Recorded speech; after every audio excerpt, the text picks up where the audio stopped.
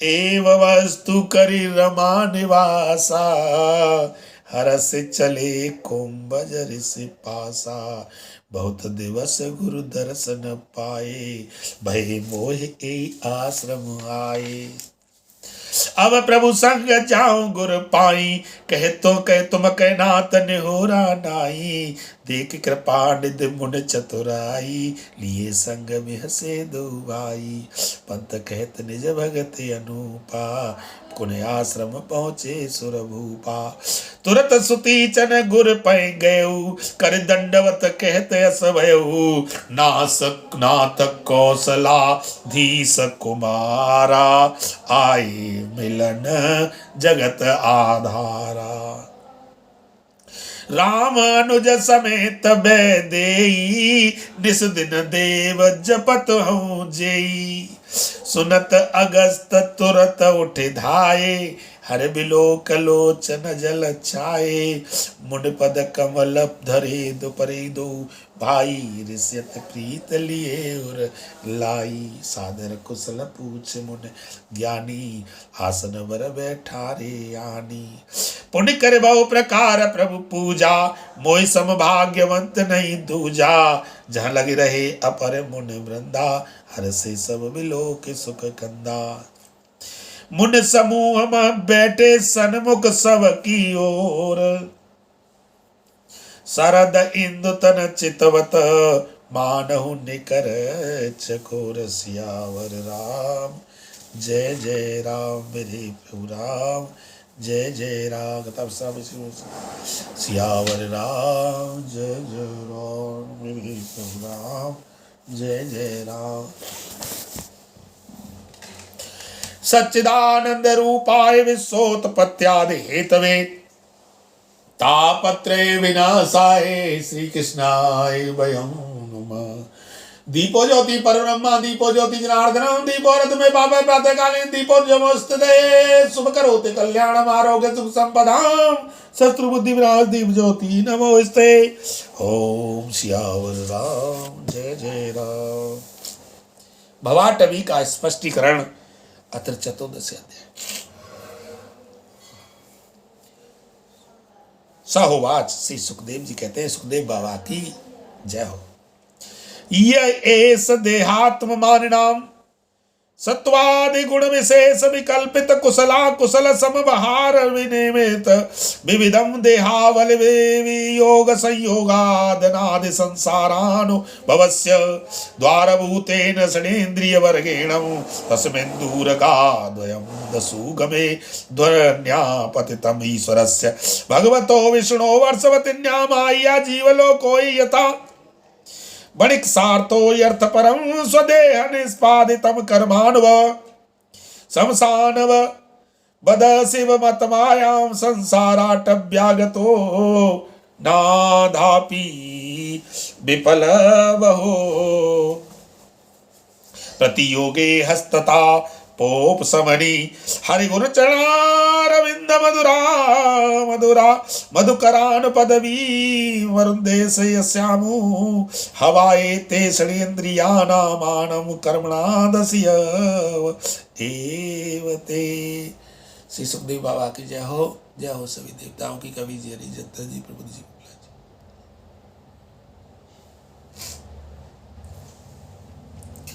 श्री सुखदेव जी कहते हैं, राजन, देहाभिमानी जीवों के द्वारा सत्वाद गुणों के भेद से शुभ अशुभ और मिश्र तीन प्रकार के कर्म होते रहते हैं। उन कर्मों के द्वारा ही निर्मित नाना प्रकार के शरीरों के साथ होने वाला जो संयोग वियोग आदि रूप अनादि संसार जीव को प्राप्त होता है, उसके अनुभव के 6 द्वार हैं। मन और 5 ज्ञानेंद्रिय, उनसे विवश होकर यह जीव समूह मार्ग भूलकर भयंकर वन में भटकते हुए धन के लोभी वनजारों के समान परम समर्थ भगवान विष्णु के आश्रित रहने वाली माया की प्रेरणा से बीहड़ वन के समान दुर्गम मार्ग में पड़कर संसार वन में जा पहुंचता है। हम सब संसार वन में पहुंचे हुए हैं, very much, there is no doubt. यह वन शमशान के समान अत्यंत अशुभ है। इसमें भटकते हुए उसे अपने शरीर से किए हुए कर्मों का फल भोगना पड़ता है। यहाँ अनेकों विघ्नों के कारण उसे अपने व्यापार में सफलता भी नहीं मिलती। तो भी यह उसके श्रम को शांत करने वाले श्रीहरि एवं गुरुदेव के चरणारविंद मकरंद मधु के रसिक भक्त भ्रमरों के मार्ग का अनुसरण नहीं करता। इस संसार वन में मन सहित 6 इंद्रियां ही अपने कर्मों की दृष्टि से डाकुओं के समान है। पुरुष बहुस्ता कष्ट उठाकर जो धन कमाता है उसका उपभोग धर्म में होना चाहिए। वही धर्म यदि साक्षात भगवान परम पुरुष की आराधना के रूप में होता है तो उसे परलोक में निःश्रेयस का हेतु बतलाया गया है। किंतु जिस मनुष्य का बुद्धि रूपी सारथी विवेकहीन होता है और मन वश में नहीं होता, उसके उस धर्मोपयोगी धन को ये मन सहित 6 इंद्रियां देखना, स्पर्श करना, सुनना, स्वाद लेना, सूंघना, संकल्प विकल्प करना और निश्चय करना, इन वृत्तियों के द्वारा गृहस्थोचित विषय भोगों में फंसाकर उसी प्रकार लूट लेती हैं। जिस प्रकार बेईमान मुखिया का अनुगमन करने वाले एवं असावधान बंजारों के दल का धन चोर डाकू लूट ले जाते हैं, यही नहीं उस संसार वन में रहने वाले उसके कुटुंबी भी जो नाम से तो स्त्री पुत्र कहे जाते हैं किंतु कर्म जिनके साक्षात भेड़ियों और गीदड़ों के समान होते हैं, उस अर्थ लोलुप कुटुंबी के धन को उसकी इच्छा न रहने पर भी उसके देखते देखते इस प्रकार छीन ले जाते हैं जैसे भेड़िया गड़रियों से सुरक्षित भेड़ों को उठा ले जाते हैं। जिस प्रकार यदि किसी खेत के बीजों को अग्नि द्वारा जलान दिया गया हो तो प्रतिवर्ष जोतने पर भी खेती का समय आने पर वह फिर झाड़ झंखाड़ लता तृण आदि से गहन हो जाता है, उसी प्रकार यह गृहस्थाश्रम भी कर्म भूमि है। इसमें भी कर्मों का सर्वदा उच्छेद कभी नहीं होता, क्योंकि यह धर्म कामनाओं की पिटारी है। उस गृहस्थाश्रम में आसक्त हुए व्यक्ति के धनरूप बाहरी प्राणों को डांस और मच्छरों के समान नीच पुरुषों से तथा टिट्ठी, पक्षी, चोर, चूहे आदि से क्षति पहुंचती रहती है। कभी इस मार्ग में भटकते भटकते यह अविद्या, कामना और कर्मों में कलुषित हुए अपने चित्त से दृष्टि दोष के कारण इस मत्स्य लोक को, जो गंधर्व नगर के समान असत है, सत्य समझने लगता है। फिर खान पान और स्त्री प्रसंग आदि व्यसनों में फंसकर मृग तृष्णा के समान मिथ्या विषयों की ओर दौड़ने लगता है। कभी बुद्धि के रजोगुण से प्रभावित होने पर सारे अनर्थों की जड़ अग्नि के मलरूप सोने को ही सुख का साधन समझकर उसे पाने के लिए लालायित हो। इस प्रकार दौड़ धूप करने लगता है जैसे वन में जाड़े से ठिठुरता हुआ पुरुष अग्नि के लिए व्याकुल होकर उन्मुख पिशाच की ओर, अगिया बेताल की ओर उसे आगे समझकर दौड़े। कभी इस शरीर को जीवित रखने वाले घर, अन्न, जल और धन आदि में अभिनिवेश करके इस संसारण्य में इधर उधर दौड़ धूप करता रहता है। कभी बवंडर के समान आंखों में धूल झोंक देने वाली स्त्री गोद में बिठा लेती है तो तत्काल रागा अंधा सा होकर सत्पुरुषों की मर्यादा का भी विचार नहीं करता। उस समय नेत्रों में रजोगुण की धूल भर जाने से बुद्धि ऐसी मलिन हो जाती है कि अपने कर्मों के साक्षी दिशाओं के देवताओं को भी भुला देता है। ये सब देवताएं मेरी भूलों को क्षमा करें। कभी अपने आप ही एकाध बार विषयों का मिथ्या तत्व जान लेने पर भी अनादि काल से देह में आत्म बुद्धि रहने से विवेक बुद्धि नष्ट हो जाने के कारण उन मरु मरीच का तुल्य विषयों की ओर ही फिर दौड़ने लगता है। कभी प्रत्यक्ष शब्द करने वाले उल्लू के समान शत्रुओं की ओर, परोक्ष रूप से बोलने वाले झींगुरों के समान राजा की अति कठोर एवं दिल को दहला देने वाली डरावनी डांट डपट से इसके कान और मन को बड़ी व्यथा होती है। हम सब भुक्तभोगी हैं। जय जय जय श्री राम। पूर्व पुण्य चीन हो जाने पर यह जीवित ही मुर्दी के समान हो जाता है और जो कारस्कर एवं काकतुंड आदि जहरीले फलों वाले पाप वृक्षों इसी प्रकार की दूषित लताओं और विषैले कुओं के समान है तथा जिनका धन इस लोक और परलोक दोनों के ही काम में नहीं आता और जो जीते हुए भी मुर्दे के समान है, उन कृपण पुरुषों का आश्रय लेता है। कभी असत पुरुषों के संग से बुद्धि बिगड़ जाने के कारण सूखी नदी में गिरकर दुखी होने के समान इस लोक और परलोक में दुख देने वाले पाखंड में फंस जाता है। जो दूसरों को सताने से उसे अन्न भी नहीं मिलता, तब वह अपने सगे पिता पुत्रों को अथवा पिता या पुत्र आदि को तिनका भी जिनके पास देवता है उनको फाड़ खाने के लिए तैयार हो जाता है। कभी दावानल के समान प्रिय विषयों से शून्य एवं परिणाम में दुख में घर में पहुंचता है तो वहां इष्ट जनों के वियोग आज से उसे शोक की आग भड़क उठती है। भोग लगा लो प्रभु, हमारे को पहले भोग लगवा देते हो, जय जय श्री राधे। उससे संतप्त होकर वह बहुत ही खिन्न होने लगता है। कभी काल के समान भयंकर राजकुल रूप राक्षस के परम प्रिय धन रूप प्राणों को हर लेता है, तो यह मरे हुए ही मरे हुए के समान निर्जीव हो जाता है। कभी मनोरथ के पदार्थों के समान अत्यंत असत पिता पितामह आदि संबंधों को सत्य समझकर उनके सहवास से स्वप्न के समान क्षणिक सुख का अनुभव करता है। गृहस्थाश्रम के लिए जिस कर्म विधि का महान विस्तार किया गया है, उसका अनुष्ठान किसी पर्वत की कड़ी चढ़ाई के समान ही है। लोगों को उस ओर प्रवृत्त देखकर उनकी देखा देखी जब यह भी उसे पूरा करने का प्रयत्न करता है, तब तरह तरह की कठिनाइयों से कलेशित होकर कांटे और कंकड़ों से भरी भूमि में पहुंचे हुए व्यक्ति के समान दुखी हो जाता है। हम भी बार बार यही दुख पाते रहते हैं, हाय हाय हाय हाय करते रहते हैं, जे है जाए वो है जाए, प्रभु रक्षा करें, प्रभु रक्षा करें। कभी पेट की असह ज्वाला से अधीर होकर अपने कुटुंब पर ही बिगड़ने लगता है। फिर जब निद्रा रूपी अजगर के चंगुल में फंस जाता है, तब अज्ञान रूप घोर अंधकार में डूबकर सूने वन में महके हुए मुर्दे के समान सोया पड़ा रहता है। उस समय इसे किसी बात की सुध नहीं रहती। कभी दुर्जन रूप काटने वाले जीव इतना काटते तिरस्कार करते हैं कि इसके गर्भ रूप दांत जिससे यह दूसरों को काटता था टूट जाते हैं। तब इसे अशांति के कारण नींद भी नहीं आती तथा मर्म वेदना के कारण क्षण क्षण में विवेक शक्ति क्षीण होते रहने से अंत में अंधे की भांति नरक रूप अंधे कुएं में जा गिरता है। कभी विषय सुख रूप मधु कणों को ढूंढते ढूंढते जब यह लुक छिपकर पर स्त्री या पर्दन को उड़ाना चाहता है, तब उनके स्वामी या राजा के हाथ से मारा जाकर ऐसे नरक में गिरता है जिसका और छोर नहीं है। इसी से ऐसा कहते हैं कि इस प्रवृत्ति मार्ग में रहकर किए हुए लौकिक और वैदिक दोनों ही प्रकार के कर्म जीव को संसार की ही प्राप्ति कराने वाले हैं। यदि किसी प्रकार राजा आदि के बंधन से छूट भी गया तो अन्यान्य अपहरण किए हुए उन स्त्री और धन को देवदत्त नामक कोई दूसरा व्यक्ति छीन लेता है और उससे विष्णु मित्र नाम का कोई तीसरा व्यक्ति झटक लेता है। इस प्रकार ये विभोग एक पुरुष से दूसरे पुरुष के पास जाते रहते हैं, एक स्थान पर नहीं ठहरते। कभी कभी शीत और वायु आदि अनेकों आदि दैविक आदि भौतिक आध्यात्मिक दुख की स्थितियों के निवारण करने में समर्थ न होने से यह अपार चिंताओं के कारण उदास हो जाता है।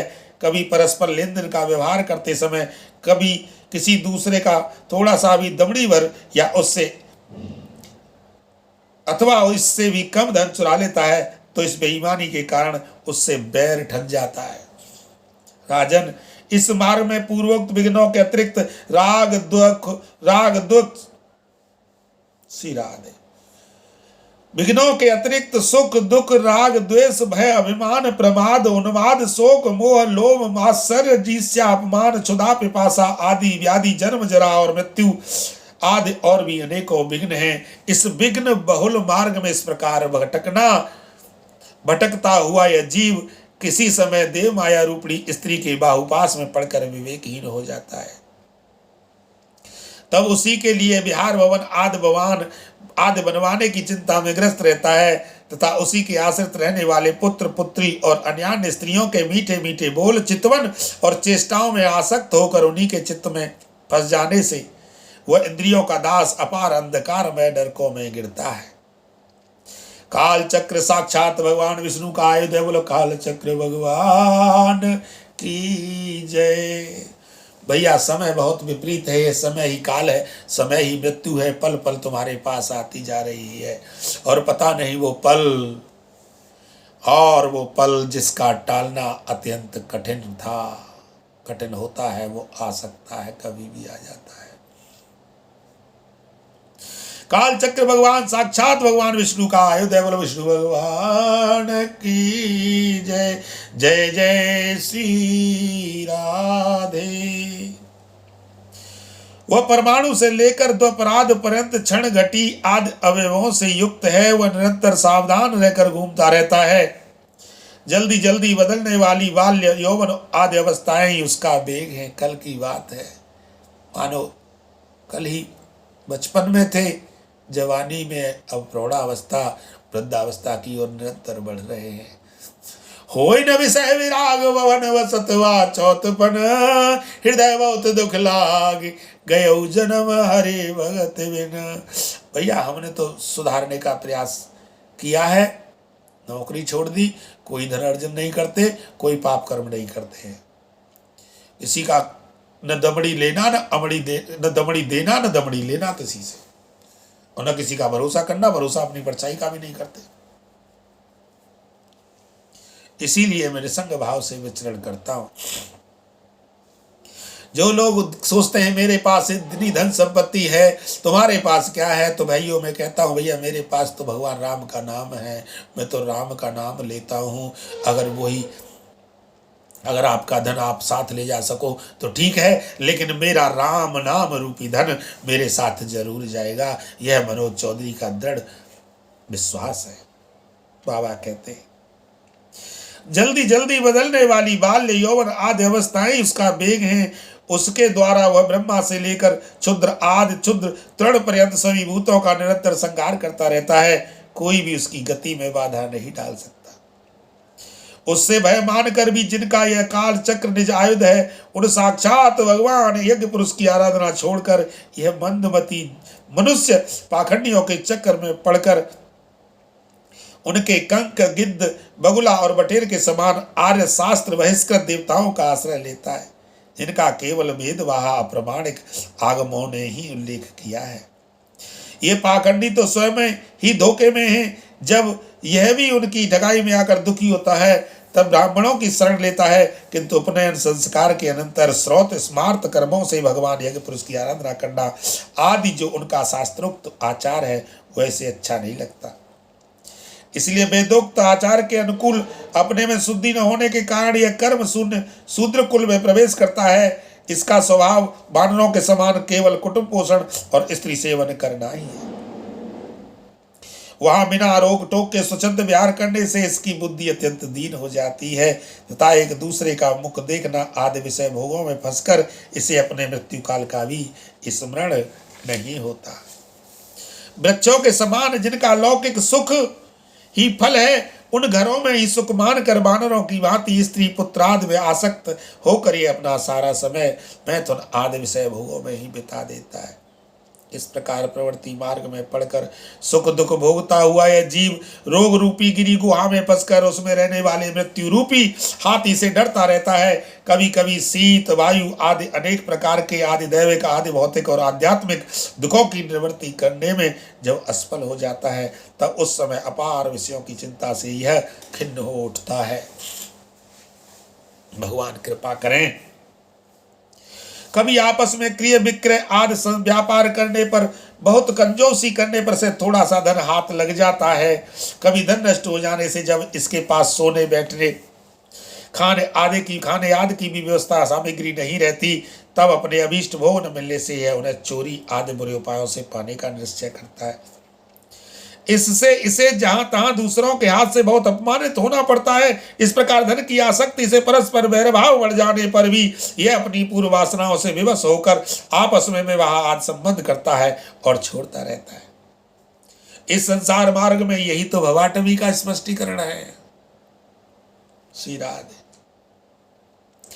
इस संसार मार्ग में चलने वाला यह जीव अनेक प्रकार के कलेश और विघ्न बाधाओं से बाधित होने पर भी मार्ग में जिस पर जहां आपत्ति आती है अथवा जो कोई मर जाता है उसे जहां कहां तहां छोड़ देता है तथा नए जन्म हुओं को साथ लगाता है।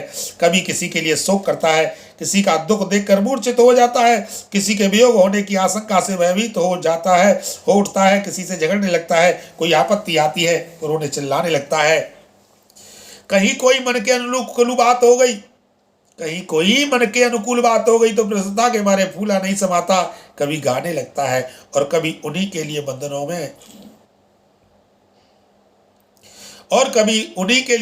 में भी नहीं हिचकता। साधु जन इसके पास कभी नहीं आते, यह साधु संग से सदा वंचित रहता है। इस प्रकार यह निरंतर आगे ही बढ़ रहा है। जहां से इसकी यात्रा आरंभ हुई थी और जिसे इस मार्ग का अंतिम अवधि कहते हैं, उस परमात्मा के पास ये अभी तक लौटा नहीं है। परमात्मा तक तो योग शास्त्र की भी गति नहीं है, जिन्होंने सब प्रकार के दंड शासन का त्याग कर दिया है। ये निवृत्ति परायण संयतात्मा मुनिजन ही उसे प्राप्त कर पाते हैं। और हमारी बीवी कहती है पैसा लाओ पैसा लाओ पैसा लाओ, धन कमाओ धन कमाओ। जय जय श्री राधे। जो दिग्गजों को जीतने वाले और बड़े बड़े यज्ञों का अनुष्ठान करने वाले राजर्षि हैं, उनकी भी वहां तक गति नहीं है। वे संग्राम भूमि में शत्रुओं का सामना करके केवल प्राण परित्याग ही करते हैं, तथा जिसमें यह मेरी है, ये मेरी है, ऐसा अभिमान करके बैर ठाना था, उस पृथ्वी में ही अपना शरीर छोड़कर स्वयं परलोक को चले जाते हैं। इस संसार से वे भी पार नहीं होते।